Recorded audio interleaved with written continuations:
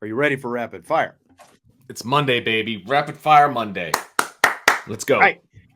So here we go. Marcus Freeman was asked his thoughts about Under Armour Saturday, and he gave his answer to that. Here is what he had to say. I've been wearing Under Armour since my time in Cincinnati. We were Under Armour school when I was there. And, throughout this entire process of the apparel deal, I've been in communication with Jack, and I trust Jack Swarbrick, right? And he's going to do what's best for Notre Dame.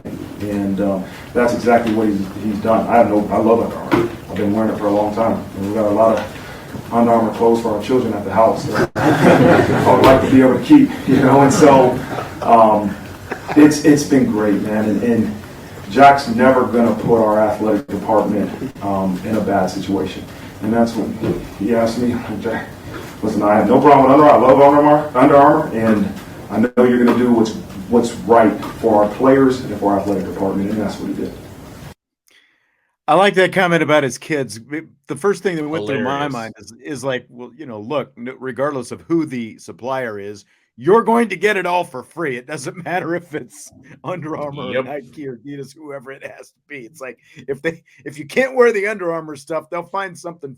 Somebody will find. But it is Under Armour. So Marcus Freeman's all in. Vince, does that make you feel any different about Under Armour?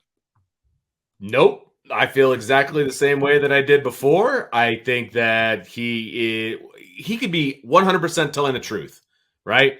First of all, he's not wearing the cleats. He's not performing on the basketball court. So everybody's big issue with Under Armour are the shoes, right? I have no problem with their shoes for walking around, and that's what he's using them for. And so I'm sure he has no problem with the shoes. And then I actually like the Under Armour gear. I'm sure he's being 100% honest. He loves We've Under been pretty Armour. consistent with that. We love wearing the Under Armour. I wear Under Armour stuff all the time. Yeah. Perfectly fine and the with stuff it. that he's, like Andrew Gilmore says, he says Under Armour wouldn't be so bad if they made this stuff Freeman wears available. His gear looks nice. He looks good. Now, he would look good in just about anything, all right? So I'll man crush Marcus Freeman for a little bit there. But, like, his stuff is cool. He does look like a model every time he rolls out there on the field with a different shirt, a different, flat bill hat, whatever. Every time. Yeah. Every time. I just want to be his size, and then he can just give me all the stuff that he wears one time, and I'll just take it over. You know what I mean? Right. Exactly. And I'm right there with you. I've never had any problem with the Under Armour gear. At this point, it is what it is. It doesn't matter if you like it or not. They're wearing it for the next 10 years, unless Under Armour goes belly up and something happens in the middle of the contract. That they're wearing it for the next, actually 11 years, including this year. So that's true. Plus 10 more on top of it. So it's going to be around a while. Whoever asked the question, what do you think he's going to say? Well, I'm pretty pissed off that they went with Under Armour. I was really hoping for Adidas, but, I don't get to call the shots around here. So here we go.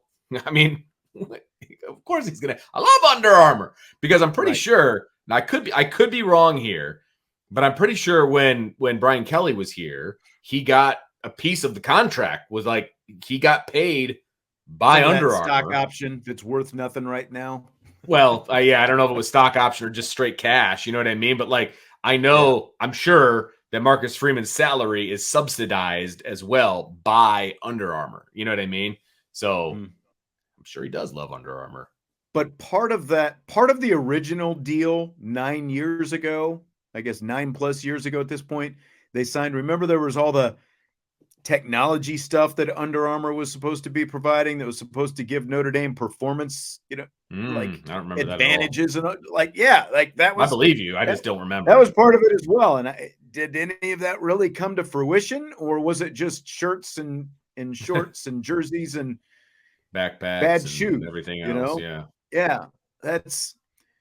So I don't know, and that's the other side of it as well. I do find it odd that Notre Dame has not even sent out its own release with any of the details on this contract yet. After Under Armour announced it on social media almost 2 weeks ago, now, and we're still waiting on Notre Dame. There's been no details on what any of this is going to include, which I find that a little odd. I agree. Unless they're still even if ironing like out the Jack details, was sitting in the room, Jack was sitting over there on the side of the room when Marcus was answering that question as well. Yeah. Even more of a reason for Marcus to say, "I love Under Armour." That's right. It's my boss right over there. I love it. I meant to mention this at the top of the show. Tom says he still loves Champion stuff. It's like, I used to wear, Champion sweatshirts and stuff like that. My son has a Champion sweatshirt. Like, that's kind of a thing these days. I was wondering if they do still make them, because you don't see as many of them. He's got like a white. I meant to mention this earlier. Brent mentioning Aiden Gobaira with the ACL, and Kevin Bauman retore his as well. Just some thoughts on that, Vince. Yeah, it's disappointing, obviously, for Bauman. I think this is his third ACL. Is that right? His third knee, or at least the third time that he's gone out with ACL, but he's also broken his leg. Yeah. So this is third time he's gone out with a leg injury. Now. That's just, your heart breaks for that kid. I mean, whether he was going to be able to help Notre Dame or not, I think he would have been in the rotation of some sort, maybe the third tight end. Mm-hmm. You never want a guy to lose a season like that for the third straight time. I mean, that's just rough. At this point, I would be. I'm not going to say any. I don't know. It's demoralizing mentally. That would be what I would be most worried about with Kevin. I mean, because it's just horrible. It's horrible. But this is, look, I have no idea. Maybe it was just going to happen regardless. But the tight ends were one of the first groups, I think, that they brought out for interviews, and he came out, and both he and Eli Raridan were talking about wanting to get back out there by the season opener. And it just felt a little bit rushed to me. Like, take your time on this. We saw him quite a bit riding the bikes and stuff like that the last week or so while other guys were practicing. And obviously this is a worst case scenario. It just really stinks.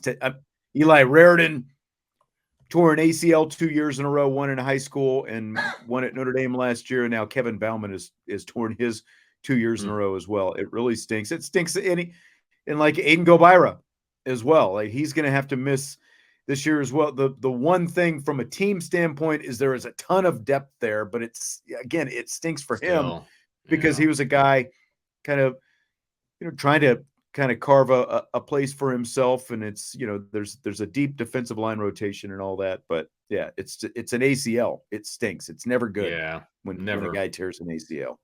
Yeah, it just stinks. Yeah. So Sam Hartman, J.D. Bertrand, Cam Hart, and Joe Alt have been named Notre Dame's 4 captains for the season. Do you feel better or worse that a newcomer like Hartman has been named captain? I feel great about it because, look, we all know how important he is just from a play standpoint. We knew he was going to be a leader statistically.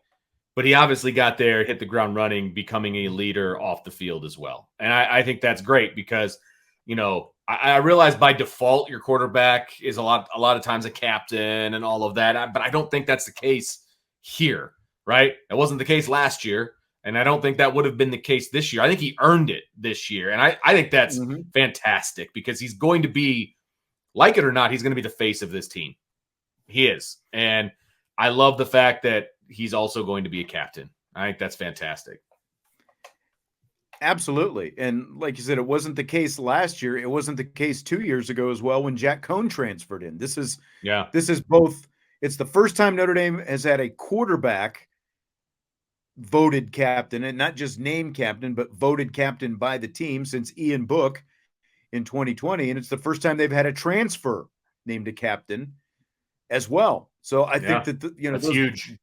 Both speak very well of Sam Hartman, especially in a one and done type season. And the stuff that we talked about recently with he went over the locker room with his work in the summer and all that different kind of stuff. Matt Bayless giving out the award for the work that they do in the summer, and to be able to come in this short amount of time and be able to be voted into a position like that, I think speaks very well of Hartman. And, I think we've seen the personality that he has. So I think that it's going to be nothing but good for the team that he's the quarterback, he's the guy, he's the captain. I think it's going to be nothing but good for the team. By the way, Jesse and I made our predictions last week. Uh-oh. I missed it by one. We went 2 on offense, 2 on defense.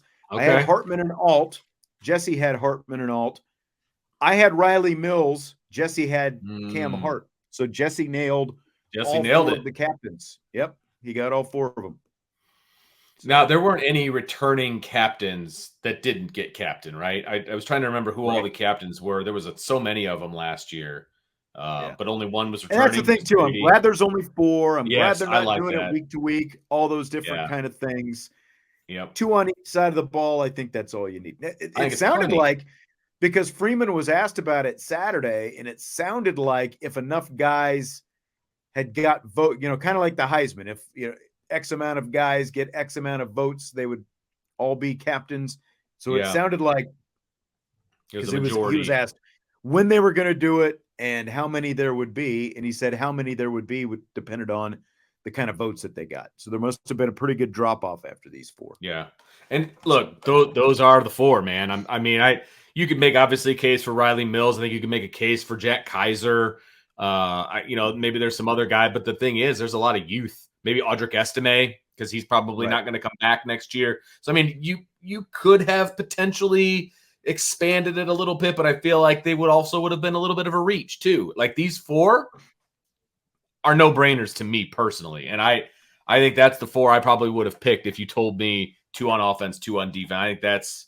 I think Jess nailed it. I think Freeman nailed it. That's good stuff. Yeah. Yep. Ryan said 4 is a good number. Don't want too many. Absolutely. Listen to that guy, Ryan Roberts. I'm telling you. Thank you. He knows his stuff. Tim wants to know if Ziegler practiced or just attended. He just attended. He's been in attendance for a little bit, I guess, but he is currently not practicing, from what we understand. Yep. At least that's what I today gather as well. Right. That's questionable, Ryan. Yeah, seriously. What kind of ball? That's right. A lot of balls out there. Fill in the blank. It's blank that 24/7 is predicting Jalen Milroe to be Alabama's starting quarterback, with Ty Simpson as the backup and Tyler Buchner third string. Not this surprising. Is according to like Alabama insiders from 24/7, by the way. Not surprising, and yet disappointing for Tyler Buchner, because I feel bad for the guy. He's coming right at you with the Cowboy stink. Jeez. I feel bad for him. I think maybe he was sold a bill of goods to come down there by a certain coach. To wonder. And he bought it hook, line, and sinker. And if I was advising him, if I was somebody that he would listen to, I would have said that's not going to be your best fit. There's other places that you can go where you can play, make a name for yourself, whatever the case may be. I didn't feel like it was a good fit to begin with. And if that is what ends up happening, he ends up third string. That is just the worst nightmare possible for him. I mean, it has to be. I know. I think so as well. Terrible. Andrew says he thinks all 3 quarterbacks are going to play. And I mean, if that's the case, then Alabama's going to be terrible. Alabama. This is going to be the worst Alabama season in a while. I think. Oh, man. If it's anything other than injury, it's not going to be. It's going to be good for everybody else. Cryan wants to know, would he transfer again? I would think so, because both of those guys are younger than him, I think, right? Like, they're both. Yeah. I would think that he would leave. And this is worst case scenario. It's not even, it went down to I mean, no one's been named anything yet. Right. But there's nothing that I've read or heard, even before this prediction was made, that said that Tyler Buchner was in their back, like he's got a chance. It's pretty much been Milroe Simpson, it seems like, and now that's kind of the reports and things like that we're getting out of there. Tyler says, do you think that he's missing Notre Dame? I mean, really good question. If this is accurate, would you rather be number 3 at Alabama or number 2 at Notre Dame? And number 2 at Notre Dame with a really good chance of starting next year. Like, being in the driver's seat of starting next year, right? I mean, can we at least agree on that? Whether you love or hate Tyler Buchner, and that's fine. I have no problem with that. But if he stuck around, there's no battle for the number 2 quarterback position. And then that puts him in the driver's seat for next year. But it's not going to happen now.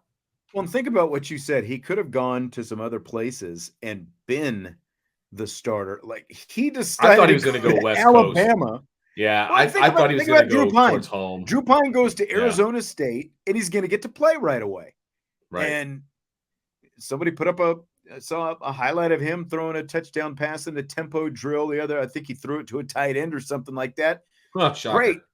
I don't know what Drew Pine's going to end up being, but at least coming into the season, he's going to get to play. Now, if he struggles a little bit, are they going to go with their stud freshman and throw, their 5-star guy and throw him in there and get rid of Drew Pine? I don't know, but at least for right now, Drew Pine went to a place that he can play. He's going to get to play. Yeah. And it just seems like a huge miscalculation for Tyler Buchner to make the step that he did.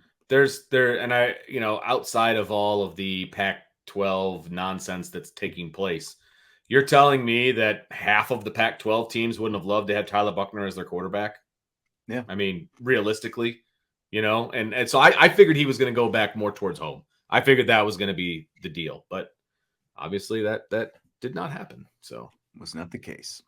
Nope. So we haven't predicted a team's record in a while. With all the realignment craziness going on, we haven't had time to kind of get into some more. Let's do one today. Georgia is our team today. Yes. Their Vegas over-under 11.5. I mean, they went 15-0, of course, last season. Do you want to hear this barn burner schedule? Yeah, that's the thing. Defending national champs. Just my goodness. They start off with UT Martin. Whew. Win. Ball State. Win. Yeah, let's just do it as we go. You think? Win. Now, South Carolina, because Georgia does have a new quarterback. Carson Beck in for Stetson Bennett. That'll be the biggest question they've got. They have lost 25 guys to the draft over the last couple of years, but they still have studs like Brock Bowers and, Dumas Johnson and those kind of guys. They're well stocked is what I'm saying, which is why they're number 1 coming into the season. Sure. Could South Carolina make it interesting, though? I think they could make it interesting, but I don't see them winning at Alabama. At Georgia, excuse me. Right. And that's the thing. Yeah. Georgia opens up, by the way, with its first 4 games at home and 5 of their first 6 games at home. UT Martin, Ball State, South Carolina, then UAB. Man, that non-conference schedule is a barn burner, baby. Mm-hmm. Holy. So then they go to Auburn. Do you see them losing to Auburn on the way? No, Auburn's not ready. Last year. Auburn's not ready for Georgia yet. No. Kentucky back home again. Now, again, Kentucky has scared some people in the recent history, right? But again, that game is at Georgia. So, no, that's a win for Georgia. I don't see that being a problem for them. Concur. Then they're at Vandy. Sorry, Clark Lee. Yeah, sorry. Pick another one. By the way, I saw today that Vandy, behind their end zone, they're still doing construction, major construction going on, and they've got a game. First game in 12 days. Playing it at a local high school. Wow. That's what that's the last thing I heard. Is that Vanderbilt's game at a high school? They're playing their games in a high school. Wow. Almost positive that's what I saw, because it's the field itself is torn up 20 yards in. Yeah. Where they're doing construction. So, yeah, I was like, a high school? There's no place else in Nashville where you can play your games? Come on, man. Yeah. Yeah. By the way, half of Georgia's schedule, the 2-time defending national champions, half of their schedule is against teams that were sub 500 last year. So, they clearly did. Their non-conference schedule is an absolute joke. Yeah. They go Vandy, Florida, Missouri, 3 consecutive weeks. They were all below 500 last year. So we've got Vandy, W. Yeah. Florida, I think we're in agreement, W. Yeah. Missouri, Doesn't even belong in the SEC. W. Ole Miss. Here's where end of the Yes. schedule. End of the schedule finally gets interesting. They got Ole Miss at home, at Tennessee, at Georgia Tech. Do they win all three? This is, Georgia Tech. Yes, they win that. I don't think Atlanta is going to be a huge environment for them to not win at. It's at Tennessee and home with Ole Miss. Like, those are the two games where you're like, okay, am I taking over 11.5 or am I taking under 11.5?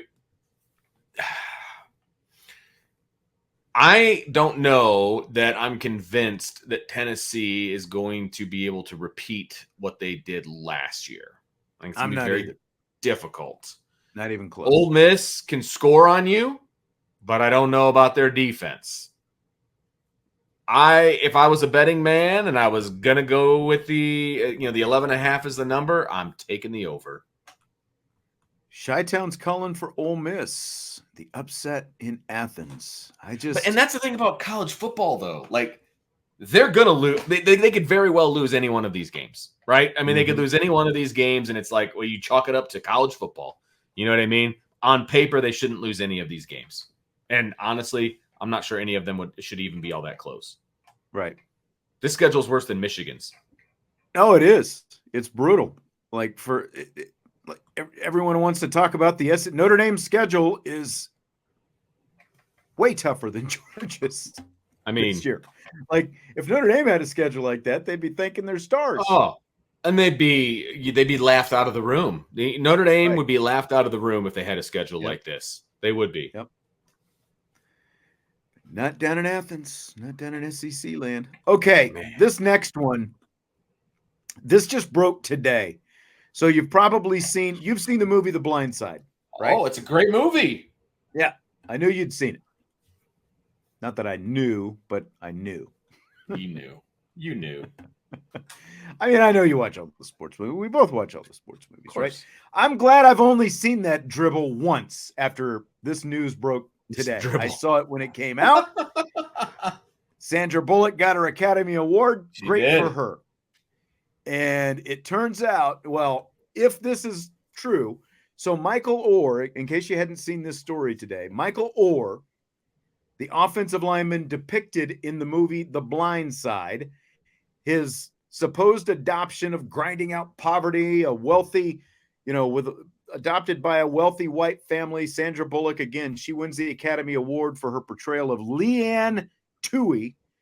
And Oher, of course, went on to play in the NFL. Well, Michael Oher has petitioned a Tennessee court with allegations that the story was a lie concocted by the family to enrich themselves at his expense.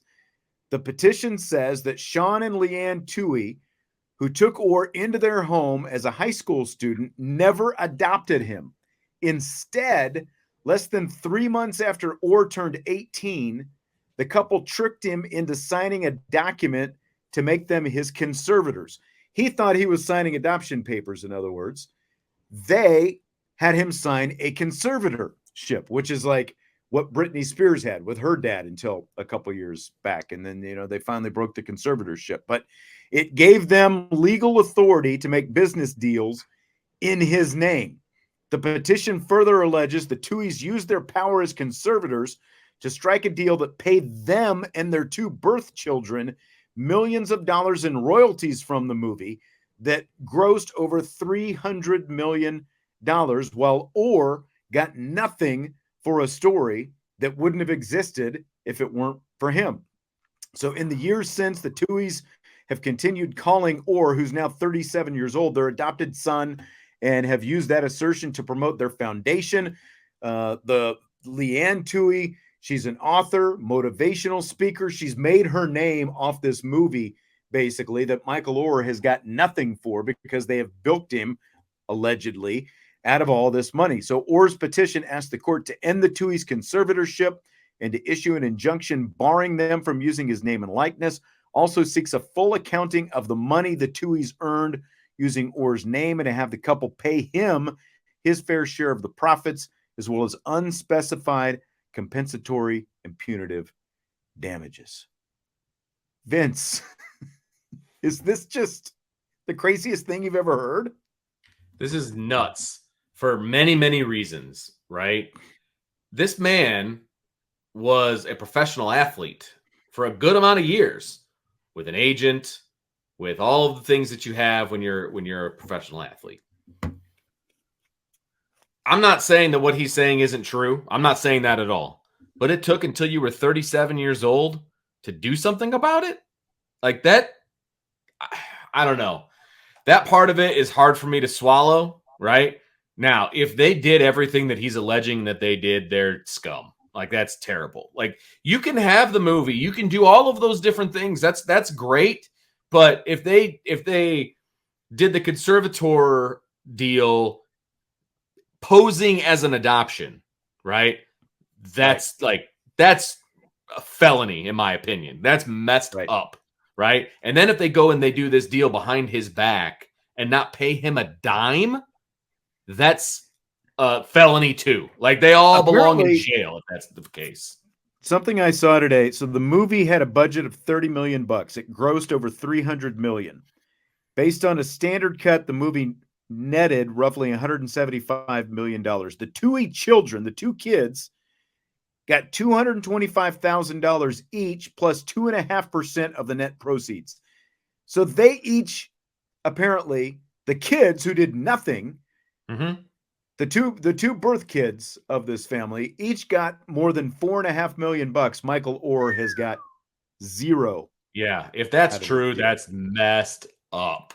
And he never, like, after this story came out, he never liked it anyway, because it basically became who he was, and he had a hard time with it, I guess. And so he was never really overly fond of it. And so now it's a story that he wasn't necessarily proud of, but the Tuohys, went out and pumped it up and trumped it. The reason the story came to prominence, the big reason, Michael Lewis, the guy who wrote Moneyball, was a childhood friend of the dad. And so he wrote a book about it. And then they based the movie on the book, and so on and so forth. But Gotcha.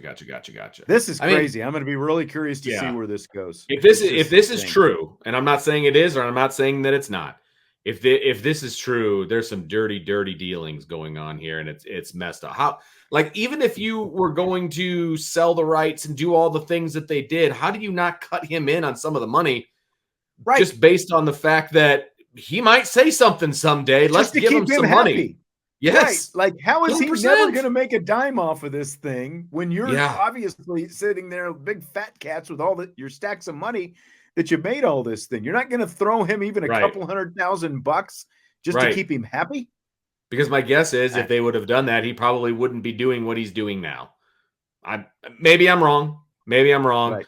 The only issue I have from Oher's side of things is, why did it take this long for him to speak up? What year was the movie made? Like, movie came out in 2009, but there's no details, in terms of sort of when he found out about this, and obviously, I don't know how much to base on, Michael Oher based on the portrayal in the movie and stuff like that. He obviously, came from a rough background, and we all know movies take license. Like, that's right. That's, I don't have an issue with that part of it. I like the movie. I have no problem with that part of the situation. He could be upset about the way he was portrayed. Okay, I get it. That's fine. But the fact that he wasn't cut in on it, that's messed up. The fact that they did the conservatorship and posed it as adoption, that's messed up. Like, that's the part I have a major issue with, if it's true. Right. And I mean, when more of those details come out, that's going to be really telling. Yes. Just maybe we'll find out why it's taken so long. Maybe, that's true. Maybe he wasn't aware of how, because he said that he thought he was signing adoption papers. So maybe it just came out that he's not actually adopted. Well, I guess that's a possibility, right? So I don't know if this is, man, did not see this one coming. I knew he was not happy with the portrayal. Like, I knew that part of it. Right. But you hear that a lot from people. Still a good movie. But if it was made on the back of, well, and again, not just lies, the portrayal, but just because of, like, he's supposed to be a big, tough football player, but he was just the way his story is told. It wasn't necessarily completely complimentary of him. Yeah. And so maybe That's it is true. a portrayal. That's true. But yeah. So my last question for you tonight: Scott Hanson of the NFL Network hosts the NFL Redzone during the season, and if I've never really watched just glimpses of the Redzone channel, but basically from the time the games kick off, the 1:00 games, until the 4:30 games are over, there's about a 7-hour stretch there where he is hosting the Redzone channel, and he says he never takes a bathroom break for this 7 hours every Sunday. So my question to you is, could you do it? Could you go 7 hours? I mean, I feel like I get almost there when we're doing like a Friday mailbag. So I feel like I'm in the neighborhood. The key is he can't do Yes. what I do, is sit here and Right. drink what apparently what I saw, he says he dehydrates himself. I don't know exactly Oh, I when bet. he stops, but like the day before, I think he stops drinking fluids and dehydrates himself like he's a wrestler or something. So Dude, that he doesn't have to go all day. but what's wrong with a pee break? Like dude, just let the football play out for 30 seconds. Go, a minute. Gotta wash your hands. But like, I don't really understand the issue. I don't know. See? That's what I'm saying, Ryan. I'm with you. Vince, every time a team gets into the red zone, he's got to be there to tell you they're about to kick a field goal. I mean, there's no time to go to the bathroom during that. Then he needs a gotta catheter be there to tell or something. That's right. He's got to be there to tell you the Houston Texans are about to kick a field goal against the Jacksonville Jaguars. I mean, he couldn't leave you hanging like that. No, he couldn't. I just It's feel like amazing, there's a though. way When I heard that, to do it. An amazing, and he does that every Sunday, apparently. That is amazing. 7 hours. Well, there are ways. Amazing. Like wasn't there that astronaut, that drove cross country and wore like an adult diaper, diapers, baby. Or you want to sit in your own filth. There are other ways that you could do it as well. Tim says he likes the Red Zone channel. I'm not anti-Red Zone. I just have Sunday ticket, so I don't need Red Zone. If I could just flip over and watch whatever game. We'll see how that goes this year, since it's going to be on the streaming platform, though. Ooh, good call. Did you go over? Are you converted? I've got it. I've got it installed on my TV. It's all ready to go. I'm just okay. All right. I was curious. Waiting for the season to start. Yep. Yep. All right. Well, that's going to do it for today. Again, we have Notre Dame football practice tomorrow afternoon and not tomorrow morning. So we'll be talking a little bit more kind of the wraps on the training camp portion of the schedule. I know you and Brian are going to do a prediction show on Wednesday. Wednesday night, I'll baby. be kind of, gosh, it'll be a little dicey. I'll be coming back from Notre Dame to get here in time for the show at 6 tomorrow. Who knows exactly what we're going to get to see, but we'll talk a little bit more training camp tomorrow. Probably throw in a thought or two from Marcus Freeman still and kind of have some of that kind of stuff. So that's what we've got. We are 12 days away from game day, baby. We're almost there. We've almost made it. Can't wait. I can't wait. I'm excited. I get you kind of scratch the itch with a little high school football this Friday, so I'm kind of excited about that. But there's no football like Saturday football and Notre Dame football, so I'm excited. That's right. I'm very excited. All right. Hit the like button on your way out, and of course, subscribe, rate, and review. We appreciate it. Thanks for stopping by. Oh, and I meant to put this one up earlier. Scott Gibbs said he traveled with his son from Portland, Oregon to Boston, stopped in South Bend, walked around campus. Beautiful campus. You're exactly right. That's a long drive, though, man. Where else did you stop on the way? Speaking of bathroom breaks, like that would have. No kidding. That's a lot of driving right there. Mm-hmm. All right. We will talk to you tomorrow on IB Nation Sports Talk.